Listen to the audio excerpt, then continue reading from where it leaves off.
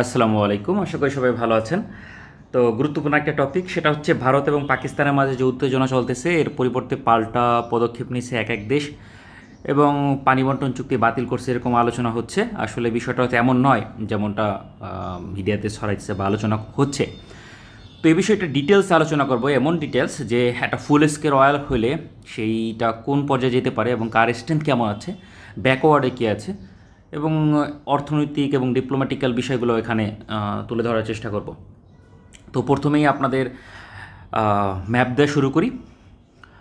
এটা হলো ভারত, আপনারা দেখতে পাইতেছেন।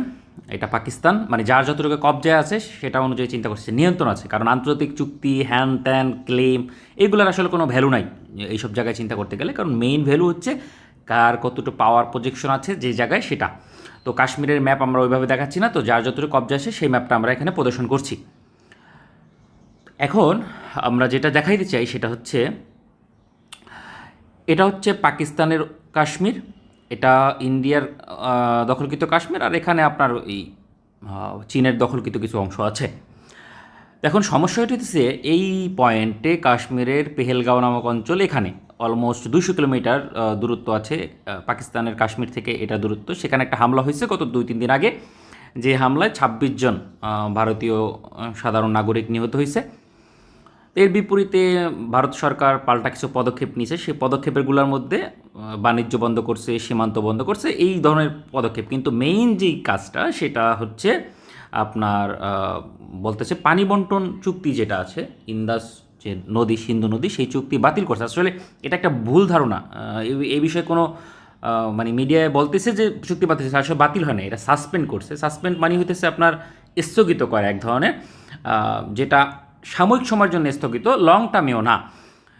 বিষয়টা কি সেটা যদি বলি, দেখেন, পাকিস্তান এই নদীর উপরে খুব নির্ভরশীল এবং এটা যুদ্ধের একদম চূড়ান্ত পর্যায়ে বলা যায়, যুদ্ধ অনিবার্য এমন একটা অবস্থা। আমরা সুন্দর ম্যাপটা খুঁজে আনি, যে ম্যাপ থেকে এটাকে ভালো ডেসক্রাইব করা যাবে। এই যে এখানে কর্নারে ম্যাপ আছে, কর্নারে ম্যাপ থেকে দেখে নেবেন যে এটা হলো বিরোধপুর অঞ্চল। তো মেইন যে জায়গাটা আলোচনা করব সেটা দেখেন, এটা হচ্ছে পাকিস্তান, হ্যাঁ। আর এই যে বিরোধপূর্ণ ভারতের দখল, এই পাকিস্তানের দখলকৃত কাশ্মীর হলো এটা, এটা হলো ইন্ডিয়া দখলকৃত কাশ্মীর, আর এটা হলো চায়নার দখলকৃত কাশ্মীর, হ্যাঁ। তো ভারতের উপর দিয়েই কিন্তু যেতে হয় হলো পাকিস্তানের যে মেইন পানি আছে সবগুলাই বলা যায়। এটা হলো ভারতের পাকিস্তানের সিন্ধু নদী, যেটা কাশ্মীর চীনের এই অঞ্চল হয়ে পুরাটা একদম পাকিস্তানে পৌঁছায়। তো ভারতের এই অঞ্চলের সিগনিফিকেন্ট কন্ট্রিবিউশন আছে। এখানে উত্তরস্থল মানে এখান থেকে সব পানি আসে না, এই পুরা পথেই পানি যায়। এই পর্যন্ত দেখা গেছে পানির কন্ট্রিবিউশন আছে, এখানে বৃষ্টি হয়, হিমালয়ের গ্লাসিয়ার আছে, সেগুলো গলে, বরফ গলে পানি সরবরাহ করে। তো এই নদীর আপনার 70% পানি যায় হলো ইন্ডিয়া থেকে। আর এই যে আরেকটা নদী, মানে এটাও সিন্ধু নদীর একটা অংশ, সেই নদীর পানিও আপনার এখান দিয়ে যায়। আর এটা হচ্ছে আপনার এই যে জেলোম রিভার লেখা আছে, এখান দিয়ে পাকিস্তানে যায়, এখানে কোনো বাঁধ নাই।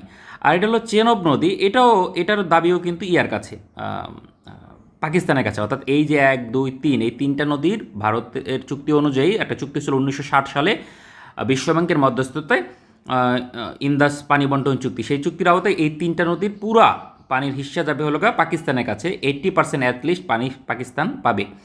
আর এই যে তিনটা নদী, 1, 2, 3, এই তিনটা নদীর দাবি যাবে হলো ভারতের কাছে। এই পানির বেশিরভাগই ব্যবহার করতে পারবে ভারত তার নিজের মতো করে, কিন্তু এই নদী পাকিস্তান পাবে।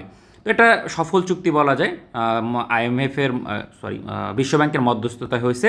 তো বিশ্বব্যাংকের মধ্যস্থতা হওয়ার কারণে এই চুক্তি সহজে, ইন্টারন্যাশনাল এগ্রিমেন্ট, এটা বাতিল করা আসলে সহজ না বিষয়টা, যতটা বলা হচ্ছে। তাই বাতিল করে নাই, এই চুক্তি হলো আপনার স্থগিত করছে। আর বাতিল করলে কি হবে? যুদ্ধ হবে, কোনো সেকেন্ড অপশন নাই। কারণ পাকিস্তান বেঁচে থাকবে না যদি এই নদী সাপ্লাই বন্ধ হয়ে যায়। কারণ পাকিস্তানের 80% কৃষি নির্ভর করে এই নদীর উপরে, এবং পাকিস্তান একটা মরুভূমিতে পরিণত হবে যদি বন্ধ হয়। এবং পাকিস্তান সেটা সেনাপ্রধান আগেই বলছে, পাকিস্তান সেনাপ্রধান যদি পানি না আসে, পানি এমন ব্যবস্থা করবো নিজেই তার পথ খুঁজে নেবে, মানে বিমান হামলা করবে বা মিসাইল হামলা করবে, হোয়াট এভার, কিন্তু পানি আসবে। এবং ভারত ভালো করে জানে যে যুদ্ধ অনিবার্য, কারণ যুদ্ধ করতেই হবে। তো ভারত যদি ইচ্ছাকৃতভাবে যুদ্ধ চায় তাহলে পানি বন্টন চুক্তি বাতিল করবে, কিন্তু এই কারণে যুদ্ধ চায় না অনেকটা বলা যায়, যে কারণে স্থগিত করছে। আর কেন চায় না সেটাও আমরা বলবো।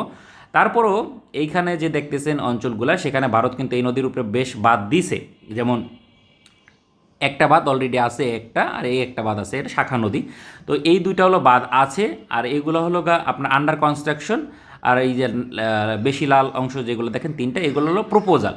কিন্তু এই পানি বাদ দিছে শুধুমাত্র বিদ্যুৎ তৈরি করার জন্য, পানির যে ফ্লোটা সেটা বন্ধ করা তাদের উদ্দেশ্য নয়, এবং সেটাই বাস্তবায়ন করে। কারণ ওই যে বললাম সাসপেন্ড করার আগে, চুক্তি সাসপেন্ড করার আগে কী হতো, এই বাঁধের কী অবস্থা, পানি কতটা আটকায় রাখছে, কী করছে না করছে, এটা মনিটরিং করতে পাকিস্তান থেকে নিয়মিত লোক যায়। আবার পাকিস্তানও এখানে এই নদীতে কিছু বাদ দিতেছে, বাদ দিতে সেই নদীর বাদ দেখতেও আপনার ভারত থেকে লোক যাইতো নিয়মিত দেখার জন্য। এখন বলতে পারেন পাকিস্তানের পানি দেখতে কেন যাবে বাদ, এই জন্য যাবে কারণ পাকিস্তান যে বাদ দিবে সেই বাদ যদি বেশি পরিমাণে পানি আপনার ডাম্পিং করার চেষ্টা করে, তাহলে এই যে উজানের দেশ ভারতে বন্যা দেখা দিবে। এটা কিন্তু ভারতের জন্য একটা সমস্যা। তো এই কারণে এই চুক্তি আসলে বাতিল হবে না, এবং এটা সম্ভাবও না। আর এই মুহূর্তে বাতিল করলেও ভারত কিন্তু এই পানি বন্ধ করতে পারবে না, এটার জন্য 10 থেকে 20 বছর সময় লাগবে। কারণ এইগুলো অনেক দুর্গম অঞ্চল, এখান থেকে আপনি পানি নেবেন কোথায়, তাই না? এটা তো একদম ইজি আর না। আর এই নদীর উপরে কোনো বাঁধ ভারত এখনও দেয় নাই, এখানে কোনো বাঁধ দেয় নাই, এখানে কোনো বাঁধ দেয় নাই। আর এই নদীর উপরেও কোনো বাঁধ দেয় নাই, শুধু বাঁধ দিছে এখানে। এখানে কিছুটা ডাম্পলিং করা সম্ভব ভারতের পক্ষে, কিন্তু সেটাও পুরোপুরি সম্ভব না। এবং যুদ্ধ হবে যদি সেটা করে, এবং দীর্ঘমেয়াদী। যে কারণে এই চুক্তি, এই মেইন যে কনসার্নটা পানি বন্টন চুক্তি, সেটা নিয়ে তারপরে ধরলাম। এখন আমরা মেইন আলোচনায় চলে যাই, যুদ্ধ হলে কি হবে। একটা ফুল স্কেল যদি যুদ্ধ হয়, ফুল স্কেল যুদ্ধ হলে আপনারা এই যে ম্যাপ দেখতেছেন সে অনুযায়ী যুদ্ধ হবে। ভারতের অ্যাটেম্প থাকবে, ফুল স্কেল ওয়ারের কথা বলতেছে, এই যে অল্প একটু কাশ্মীর নিয়ে দখল এরকম বিষয়টা না, কিন্তু মানে ফুল স্কেল ওয়ার, মানে 4 দিক থেকে যুদ্ধ হবে, এরকম একটা পজিশনে কী হবে সেটা নিয়ে আমরা একটু আলোচনা করব। এবং বাংলাদেশের প্রেসক্রিপশনটাকে আনবো আমরা এখানে পরবর্তীতে। এটা হলো ইন্টারন্যাশনাল ম্যাপ। আমি সরি যে অত ভালো ম্যাপ আমার কাছে এই মুহূর্তে নাই, আর এডিটিং করে অনেক কিছু করা সম্ভব ছিল, কিন্তু সেটা আমার সময় নাই আসলে। তার মানে যতটুকু সম্ভব আমি ইনফরমেশন দেবো। যদি আপনার ভিজুয়ালাইজেশন না করতে পারেন মাইন্ডে, তাহলে আপনি সেটা সার্চ দিয়ে দেখবেন যে আসলে কী। তো এটা হচ্ছে পাকিস্তান, এটা ইন্ডিয়া, এটা চায়না। এখন যদি একটা ফুল স্কেল যুদ্ধ হয়, ধরেন একটা বড় যুদ্ধ হইতেই পারে, হইতে পারে না, ধরেন হইল, তাহলে কি হবে? তাহলে যেটা হবে, ভারতের অ্যাটেম্প কী হবে, ভারতের নৌবাহিনী অনেক স্ট্রং, ঠিক আছে। 1999 সালে পাকিস্তান কিন্তু যুদ্ধ বন্ধ করতে চায় নাই, ঠিক আছে। কেন যুদ্ধ বন্ধ করতে বাধ্য হয়েছে সেই সময় যুদ্ধটা? একটাই কারণ ছিল, ভারত পাকিস্তানের সাপ্লাই চেন কাট করে দিয়েছিল নেভাল ব্লক দিয়া। দুঃখজনক হইতেছে, পাকিস্তান সামরিক শক্তিতে এত আগে থাকলেও পাকিস্তান নৌবাহিনীর অবস্থা এত ভঙ্গুর ছিল, একদম বাংলাদেশের বরাবর ছিল আজ থেকে 5-6 বছর আগেও, মানে এরকম শক্তিতে নজর দেয় নাই। রিসেন্টলি পাকিস্তান চায়নার মানে সম্ভবত অ্যাটেম্পটে, চায়নার ইন্ধনে বা চায়নার ফুল স্কেল সাপোর্টে পাকিস্তান নৌবাহিনীতে জোর দেওয়া শুরু করছে। কিন্তু সেটা ভারতের বিবেচনা এখনও কিছুই না আসলে। মানে শক্তি বিবেচনা যদি আমি করি, ভারত অনেক শক্তিশালী নৌবাহিনীর অধিকারী এই অঞ্চলে, পাকিস্তানের বিপরীতে। ভারতের কাছে 2টা এয়ারক্রাফট ক্যারিয়ার আছে, তখন 2টা এয়ারক্রাফট ক্যারিয়ার এখান থেকে অবস্থান নিল, সেম নিরাপদ দূরত্বে, পাকিস্তান থেকে 2000-2500 কিলোমিটার দূরত্বে অবস্থান নিল, এবং তার বিমান দিয়ে এই অঞ্চলে সাপ্লাই চেন কাট আপ করার চেষ্টা করলো, এই অঞ্চলে। তো পাকিস্তান কী করবে? পাকিস্তানের শুধুমাত্র জ্বালানিটা সাপ্লাই ঠিক রাখতে পারবে, সেটা আটকানো সম্ভব না আসলে, কারণ পাকিস্তানের এইদিকে সাপোর্ট আছে। কিন্তু সেটা দিয়ে যুদ্ধ আসলে দীর্ঘদিন করা সম্ভব নয়, পাকিস্তান রসদ সংকটে পড়বে এবং ঝামেলার মধ্যে পড়বে, এবং এই অঞ্চলটা তো বাণিজ্য করার প্রশ্নই আসে না, কারণ এখান থেকেও ভারতের আন্দামান নিকোবর দ্বীপপুঞ্জ আছে, বন্ধ করে দেবে। এছাড়াও ভারতের কাছে 9টা ডেস্ট্রয়ার আছে বিশ্বমানের, এবং ফ্রিগেট আছে আরও ধরেন 10টার মতো, যেগুলোও বিশ্বমানের। তো ভারতের কাছে 20টার মতো বিশ্বমানের জাহাজ আছে, যেই স্ট্যান্ডার্ডের জাহাজ পাকিস্তানের কাছে আছে, মানে একদম সিমিলার না, বাট কিছুটা দুর্বল হলো, মানে স্ট্যান্ডার্ড আছে 8টা জাহাজ মাত্র পাকিস্তানের কাছে। এবং পাকিস্তানের কাছে এই মুহূর্তে মজার বিষয় কি জানেন, আপনার সাবমেরিন আছে 5টা। এখন উইকিপিডিয়াতে যদি দেন দেখবেন 8টা সাবমেরিন আছে পাকিস্তানের কাছে, কিন্তু আসলে 3টা হলো কসমস ক্লাস, যেটা ইটালি থেকে কিনছে, ওগুলো স্পেশাল মিশনের জন্য, ওগুলো শুধুমাত্র স্পেশাল ফোর্সকে বহন করে এবং নির্দিষ্ট জায়গায় ছেড়ে দিয়ে আসে তাদের গুরুত্বপূর্ণ মিশন কমপ্লিট করার জন্য, ওইগুলো অ্যাটাক সাবমেরিন নয়।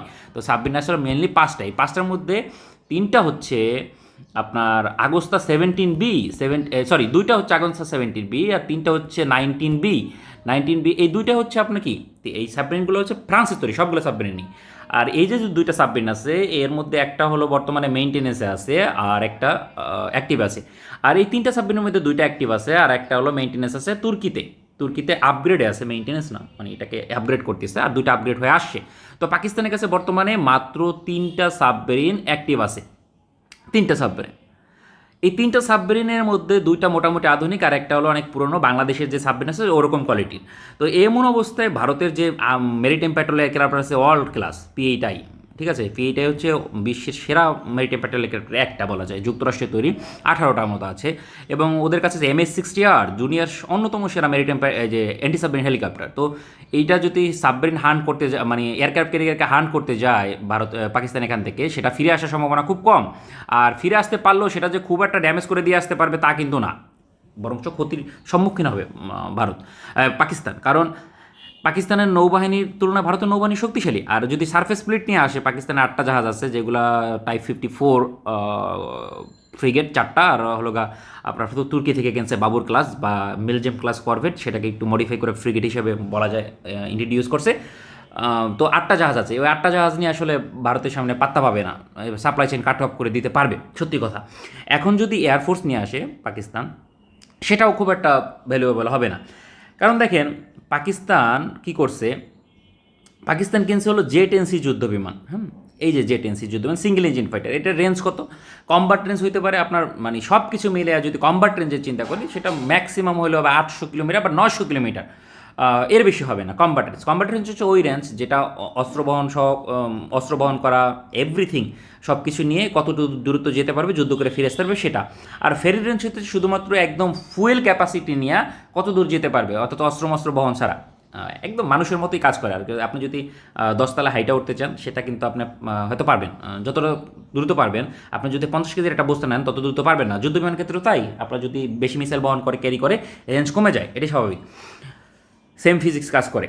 তো পাকিস্তান জেট-NC কেনার কারণে, জেট-NC কিনছে তো এয়ারফোর্সের কথা চিন্তা করে, এয়ারফোর্স কিন্তু রাইট ডিসিশন নিছে। কারণ এয়ারফোর্স কেন রাইট ডিসিশন? দেখেন পাকিস্তান থিনি একটা জায়গা, মানে যদি দেখেন এনে খুব একটা বেশি না, 500 কিলোমিটার হবে অ্যারাউন্ড।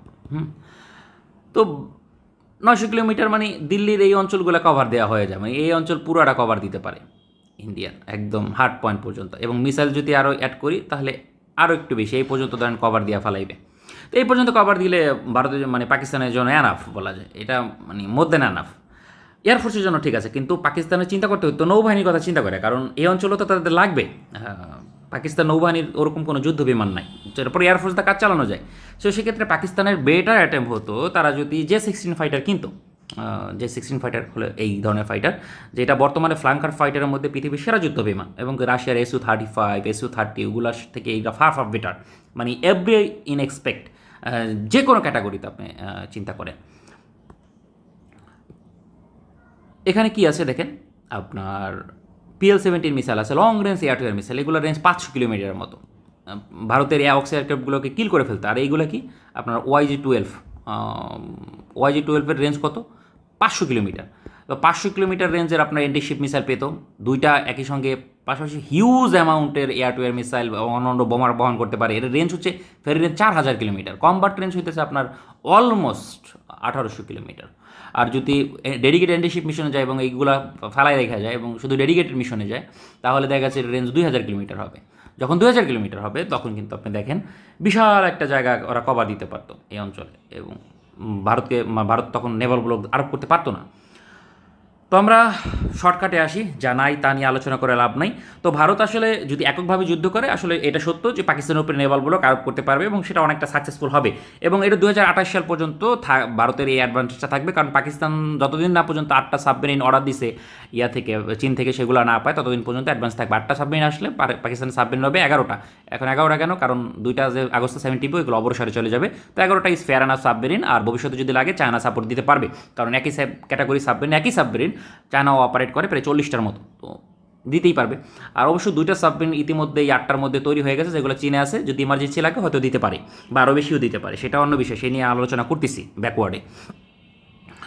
তো নেভাল ব্লক দিয়ে দিলে আপনার কিন্তু যুদ্ধ হবে, এবং যুদ্ধ হলে দুই দেশই আসলে সিরিয়াস ক্যাজুয়ালিটির মধ্যে যাবে, এবং একটা পর্যায়ে বাধ্য হয়ে এখানে ইন্টারন্যাশনাল সহযোগিতা আসবে। চায়নাও সহযোগিতা করবে এবং তাকেও সহযোগিতা করবে, আবার ভারতও সহযোগিতা পাবে।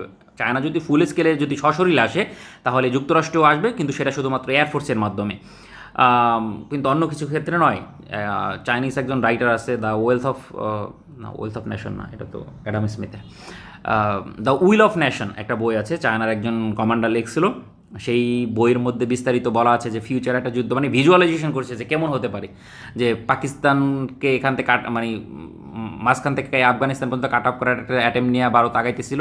হ্যাঁ, কোয়েটা দিক দিয়ে আপনার আক্রমণ করার চেষ্টা করছে, এক পর্যায়ে চীন যা সাপোর্ট দিছে ফুল স্কেলে, এবং সেটা এদিকে আগাইছে, এবং পরবর্তীতে এখান থেকেও যুদ্ধ শুরু হয়েছে, এই অঞ্চলেও যুদ্ধ শুরু হয়েছে, এবং সাত রাজ্যে ভারত পরাজয় বরণ করছে, এবং অতীতও করছিল আসলে, বাস্তবে সাত রাজ্য প্রায় পুরোটাই দখল নিয়ে নিয়েছিল চায়না, পরে ছেড়ে দিছে নেহরুর সাথে আলোচনা করে।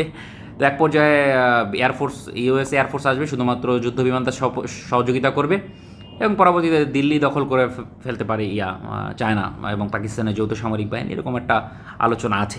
তো সেই আলোচনা আমরা না যাই, অ্যাটলিস্ট একটা মিনিমাম লেভেলে সহযোগিতা, মিনিমাম লেভেল না বা একটা ম্যাক্সিমাম লেভেলে সহযোগিতা আসলে মূলত করবে চীন এবং তার্কি থেকে পাবে। দেখেন, পাকিস্তান আপনার কিছু ওয়েপন সহযোগিতা পেতে পারে, মানে গোলাবারুদ, মানে হালকা গোলাবারুদ, যেমন মটার শেল, মেল, এইগুলা বোমা টোমা, নন গাইডেড বোমা, এইগুলা মধ্যপ্রাচ্যের কিছু কিছু দেশ থেকে পাইতে পারে, জর্ডান থেকে পাইতে পারে, সৌদি আরব থেকে পাইতে পারে, আরব আমিরাত বা আরব আমিরাত থেকে না দিলেও মানে মধ্যপ্রাচ্যের একটা বড় অংশ থেকে এই গোলাবারুদ সহযোগিতা পাবে, এবং কিছু অর্থনৈতিক সহযোগিতা যেটা পাকিস্তানের বেশি দরকার। আর তার্কি থেকে একটা সিগনিফিক্যান্ট সহযোগিতা পাকিস্তান পাবে, কারণ এলায় পাশাপাশি আপনার কৌশলগত স্বার্থ আছে, একে অপরের উপরে নির্ভরশীল, এবং পাকিস্তান অনেক বড় একটা ক্রেতা তুর্কির ওখানে। তো তুর্কি কী করবে? তুর্কি কি যুদ্ধবিমান দিবে? না। সাবমেরিন দিবে? না, সেটাও দেবে না। তো তুর্কি কী করবে? তুর্কি কিন্তু সাবমেরিন দেওয়া সহযোগিতা করা সম্ভব। তুর্কির কাছে 12টা সাবমেরিন আছে, অল ক্লাস, তার মধ্যে বেশিরভাগই বিশ্বমানের সাবমেরিন বলা যায়, যেগুলো জার্মানির তৈরি। কিন্তু তুর্কি সাবমেরিন দেবে না, কারণ তাদের মিনিমাম ডিটারেন্স আছে, এই পর্যায়ে মনে হয় না যাবে তুর্কি। তবে যাওয়া উচিত যদি ভবিষ্যতে তার কথাও চিন্তা করে, কারণ গ্রিসের লাগে ভবিষ্যতে যুদ্ধ হলে পাকিস্তানের সহযোগিতা করতে পারে। তো আমার মনে হয় ওই পর্যন্ত যাবে তুর্কি বেটার, কারণ তুর্কিকে দেখা আছে তো এর আগে 1999 সালে যখন সহযোগিতা চাইতে গেছিল পাকিস্তান, তখন বলছে যে আমি ন্যাটো অ্যালাই, তো ন্যাটোর পক্ষ থেকে আমার পক্ষে যুদ্ধ বিমান বা অন্য অন্য সমরস্ত্র দেওয়া সম্ভব নয়, তোমাকে আমি গোলাবারুদ দিতে পারি, যে গোলাবারুদ তোমার লাগতে পারে, যেমন মর্টার শেল, এইগুলা আর কি, বিভিন্ন ধরনের গোলাবারুদ আছে, এগুলো সাপ্লাই চেইনের জন্য কাজে লাগে। কিন্তু এটা মানে অ্যানাফ না। তবে এখন তো ডেফিনেটলি তাকে অনেক বেশি ওয়েপন তৈরি করে, তো অনেকটা আগে আসবে, তখন যতটা তাকে গুরুত্ব ছিল এখন বেশি গুরুত্ব তাকে অবশ্যই দেবে। সেক্ষেত্রে ড্রোন, বিভিন্ন মিসাইল, আর্টিলারি শেল, রকেট, এইগুলো দিতে পারে তার্কি। কিন্তু তার্কির আরও বেশি সুযোগ, মানে ভূমিকা রাখার সুযোগ আছে, যেহেতু তাদের যুদ্ধ বিমান আছে, সেগুলো ইউজ করার ব্যাপার স্যাপার আছে। যেহেতু তার্কি এখন যুক্তরাষ্ট্রের কাছে ওরকম বাধ্যবাধকতা নাই তাদের যুদ্ধ বিমানের সব কিছু নিয়ে, তো F-16 তো উপায় অপারেট করে, এদের দিতে পারে, কিন্তু সেটা যুক্তরাষ্ট্রের কারণে বা বিভিন্ন পলিসিগত কারণে মনে হয় না তার্কি এতটা সহযোগিতা করবে। তবে একটা সিগনিফিকেন্ট সহযোগিতা তার্কি থেকে পাবে পাকিস্তান। আরেকটা হলো চায়না। চায়না আসলে ফুল স্কেল, মানে যদি চায় অনেক কিছু করতে পারে আসলে, ইন্ডিয়াকে দুমড়ে মুচড়ে ফেলার মতো অ্যাবিলিটি চায়নার আছে। সত্যি কথা বলতে চায়নার সাথে ভারতের কোনো তুলনা চলে না এই মুহূর্তে। চায়নার সাথে একমাত্র একটা দেশের তুলনা চলে বিশ্বের, সেটা হলো যুক্তরাষ্ট্র।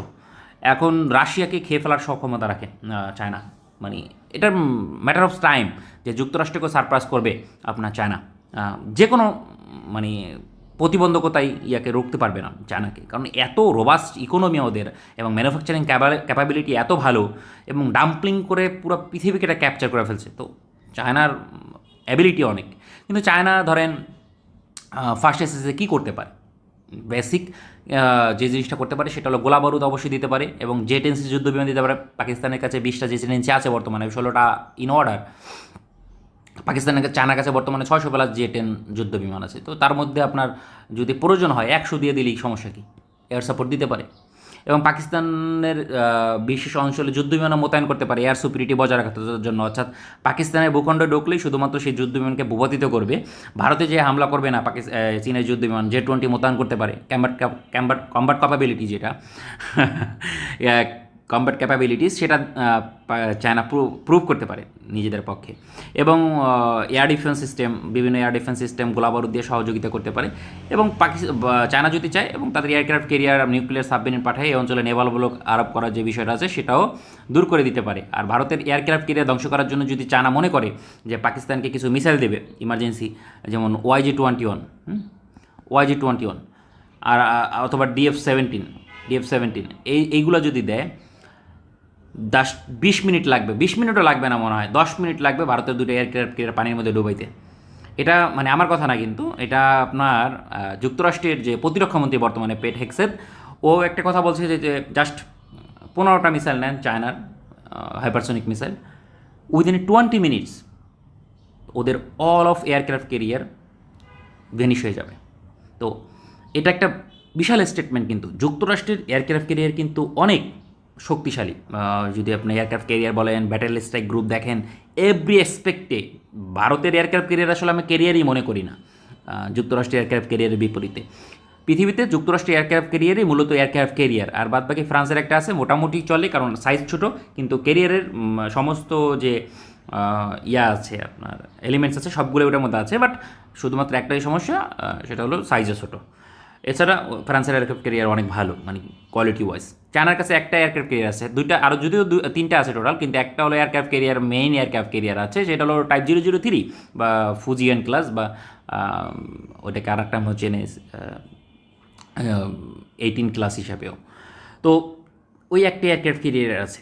তো যুক্তরাষ্ট্রের এয়ারক্রাফট ক্যারিয়ার যেখানে ওই সব মিসাইলে ধ্বংস করে ফেলতে পারবে জাস্ট 20 মিনিটের মধ্যে, সেখানে ডিমিনিশিং করা তো ব্যাপারই না আপনার ইন্ডিয়ার এয়ারক্রাফট ক্যারিয়ারকে, একদম ম্যাটার অফ টাইম। তো এই ক্ষেত্রে মানে খুব ভালো একটা কাজ করতে পারবে পাকিস্তান, এবং ভারতের অর্থনীতিকে একদম পঙ্গু করে দিতে পারবে, এবং ভারতের মানে একটা ধরনের পরাজয়ী হবে। কেন পরাজয় হবে এবং এটাকে কেন চায়নার জন্য দরকার সেটা নিয়ে একটু আলোচনা করি। কেন চায়না এটা করবে? চায়নার তো আর স্বার্থ থাকা লাগবে। এক, ভারত যদি টুকরো টুকরো হয় বা সমস্যা হয়, বা ভারত যদি ইকোনমিক্যালি আনস্টেবল পজিশনে থাকে, সেটা চায়নার জন্য সুইটেবল, কারণ চায়নার এনিমি ভারত হবে ভবিষ্যতে, বা আমেরিকার সাপোর্টে আসবে, সেটা কোনো দিনই চায়না হতে দেবে না বা চাইবে না। তো সেক্ষেত্রে ভারত দুর্বল হলে ইয়ার জন্য ভালো। আর একটা যুদ্ধের মধ্যে গেলে বর্তমানে চায়না থেকে অনেক কোম্পানি ম্যানুফ্যাকচারিং প্লান্ট আপনার ইন্ডিয়াতে শিফট করার চেষ্টা করতেছে যুক্তরাষ্ট্রের ট্যারিফ সব বিভিন্ন ইস্যুতে। তো সেটাও অনেকটা বন্ধ হবে কিন্তু যুদ্ধ লাগলে উভয় দেশের মধ্যে ব্যাপকভাবে মানে বন্ধ হবে, সেটা রুখে যাবে আর কি। তো এটা ইয়ার জন্য দরকার, চীনের জন্য দরকার। এই কারণেই হয়তো এরকম হতে পারে যে উত্তেজনা চলতেছে, কোনো ব্যাপার না, মানে বাস্তবিক অর্থে এটাই হতে পারে চায়না পিছন থেকে গেম খেলতেছে, তাই না?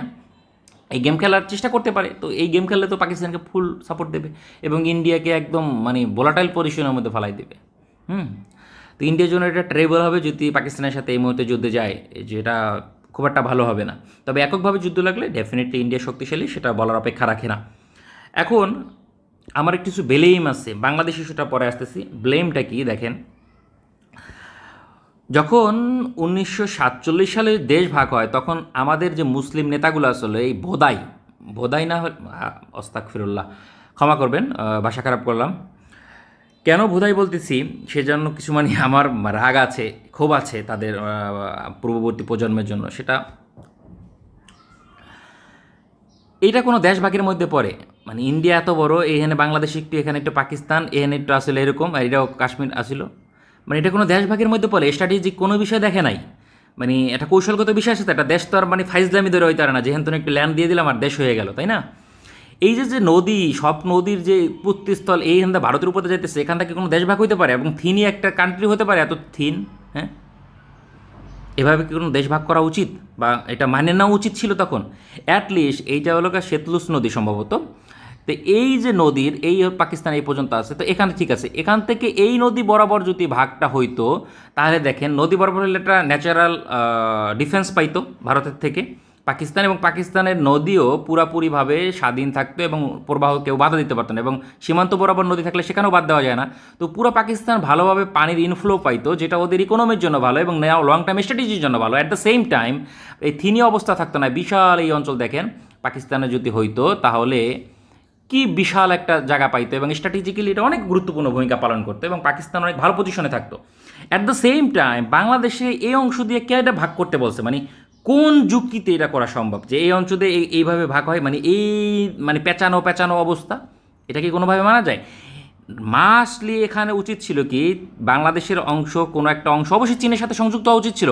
সেটা হতে পারতো আপনার এই যে এখানে সাত রাজ্য দিয়ে, ওই যে সাত রাজ্যের এই যে মানে সাত রাজ্যের পাশে সিকিমটা ইয়ের সাথে বর্ডার থাকতে পারতো আমার চীনের সাথে বর্ডার থাকলে ভারতের বাবার ক্ষমতা আছে আমাকে মানে আটকানোর, আমি পুরোপুরি স্বাধীন থাকতাম, এবং চায়না আমার এই অঞ্চলটা বাণিজ্য করতো, কারণ এটা এত ইম্পর্ট্যান্ট চায়নার জন্য, সরাসরি পৌঁছানোর জন্য অনেক ইম্পর্ট্যান্ট ভূমিকা পালন করতো, এবং ভারতের বিরুদ্ধে কাজে লাগতো, এবং এই অঞ্চল স্বাধীন হয়ে যেত, মানে কোনো সমস্যা ছিল না আমার। এবং এই ত্রিপুরা আমার অংশ আসতো, এর থেকে আসাম আসলো, আসামের 44% মুসলিম বলা যায়, তো সেইটা আমার অংশে আসতো। তো বাংলাদেশ এখানে 3 লাখ কিলোমিটার আয়তনের একটা দেশ হতে পারতো, এবং সেটা ভ্যালিড, কারণ আমাদের এখানে মুসলিম পপুলেশন অনেক।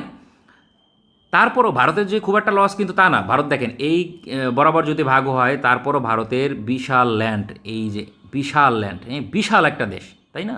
বিশাল দেশ না, এটা বিশাল দেশের মতো পড়ে না এগুলা। ভারতের কোনো সমস্যা হতো না, কারণ দেখেন এখানে এই যে নদীর উৎপত্তিস্থল সেটা ভারতেই অনেকটা বলা যায়। একটা তারপরে এটা নেপালের মধ্যে আছে, নেপাল বাধা দিত না, কারণ কেন বাধা দিবে? কারণ Nepal is a landlock nation. তো নেপালের সাথে যদি আপনি মানে বান্দরামি করেন, নেপাল বাধা দিতে পারে। কিন্তু নেপাল বান্দরামি বাধা দিতে পারবে না এই কারণে, কারণ নেপাল ল্যান্ডলক, সেক্ষেত্রে ও আন্তর্জাতিক চুক্তি যদি মানে না, ভারতও মানবে না। তো ভারত না মানলে কী হবে? ও যে বাণিজ্য করার যে নীতিমালা, যে আন্তর্জাতিক একটা বাধ্যবাধকতা আছে যে আপনার বাণিজ্য করতে দিতে বাধ্য যে এই দেশ যদি ল্যান্ডলক কোনো কান্ট্রি থাকে, তো সেক্ষেত্রে ও তো বাধ্য যে নদীর পানি দিতে হবে বাটির দেশকে। তো বাটির দেশ যদি না দেয়, তাহলে আমিও আমার চুক্তি মানব না। তো ভারত এখানে স্বাধীনভাবে থাকতে পারতো, প্রত্যেকে একটা শান্তিপূর্ণ অবস্থানে থাকতে পারতো যদি এরকম একটা পরিস্থিতি হতো। কিন্তু সেটা কিন্তু হয় নাই, একদম পুরোটাই ভারতের ফেভারে গেছে। এবং দেশভাগটা একটা মানে কোনো সেন্সে এটা ঠিক পজিশনে আসে না। বকা দিতে ইচ্ছা করতেছে আসলে মানে পূর্ববর্তী প্রজন্মকে, যারা কীভাবে দেশভাগ করতে পারে, ফাইজলামি মার্কা দেশভাগ করা।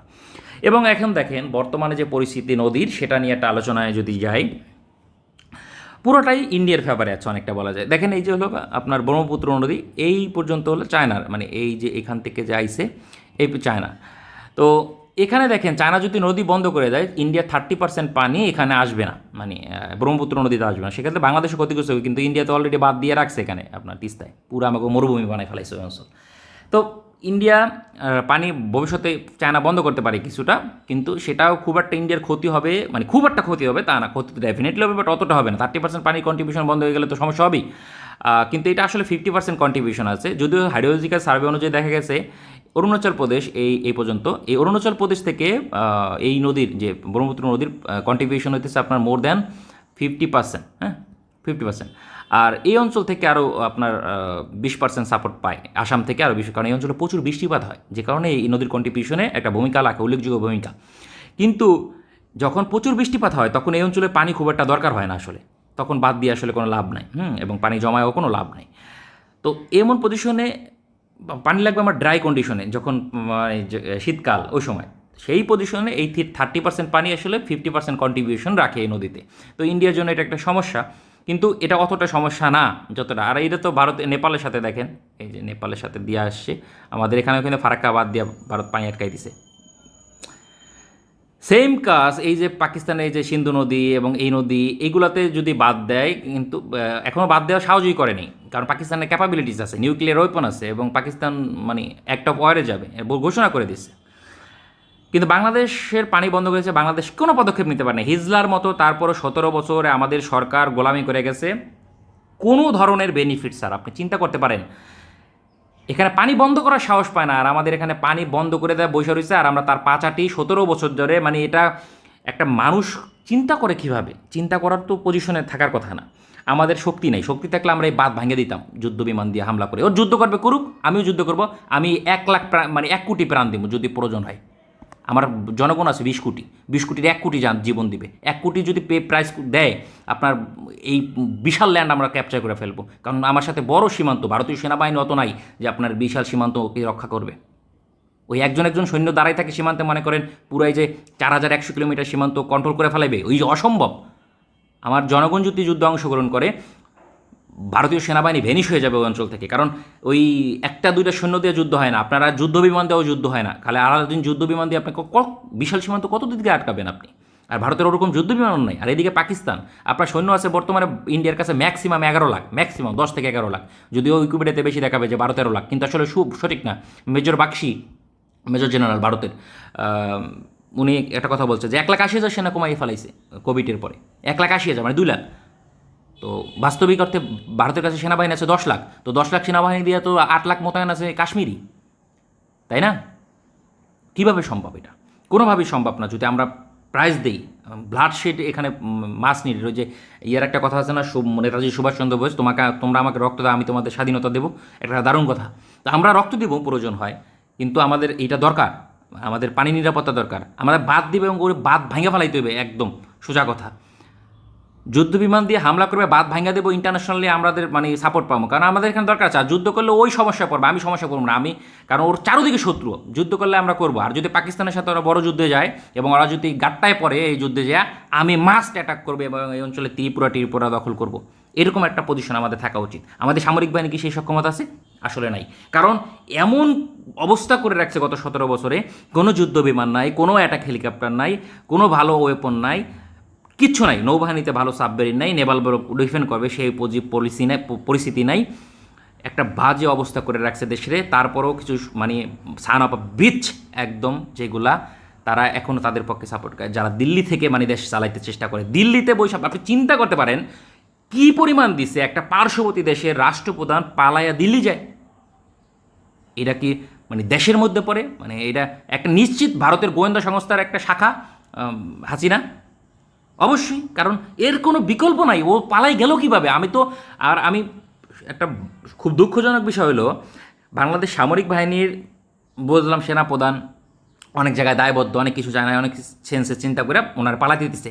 আমার কথা হলো এয়ার ডিফেন্সের দায়িত্ব যারা আসলেন তারা পালাতে দিলেন কেমনে? যে শুয়ারা বাচ্চাগুলো নিয়ে গেছে ওদের তো মানে ওদের সহ মানে ম্যানপ্যাড এয়ার ডিফেন্স বা কোনো একটা FM-90 এয়ার ডিফেন্স যা আসলে ওইগুলো তারা নিক্ষেপ করে ওরা ধ্বংস করে দেওয়া হচ্ছিল আকাশে, যুদ্ধ বিমান সহ, মানে C-130 সহ। কেন পালাইতে দিচ্ছে না আমি বুঝলাম না। কি একটা দেশ বানাই রাখছে। তো এই পর্যন্তই আজকের আলোচনা। আমরা পরবর্তীতে ডিটেলস আলোচনা করবো। আসলে অনেক কিছু আলোচনার মাঝে বাদ পড়ে গেছে। তো লাইভে আসে বিস্তারিত কখনো আলোচনা করব।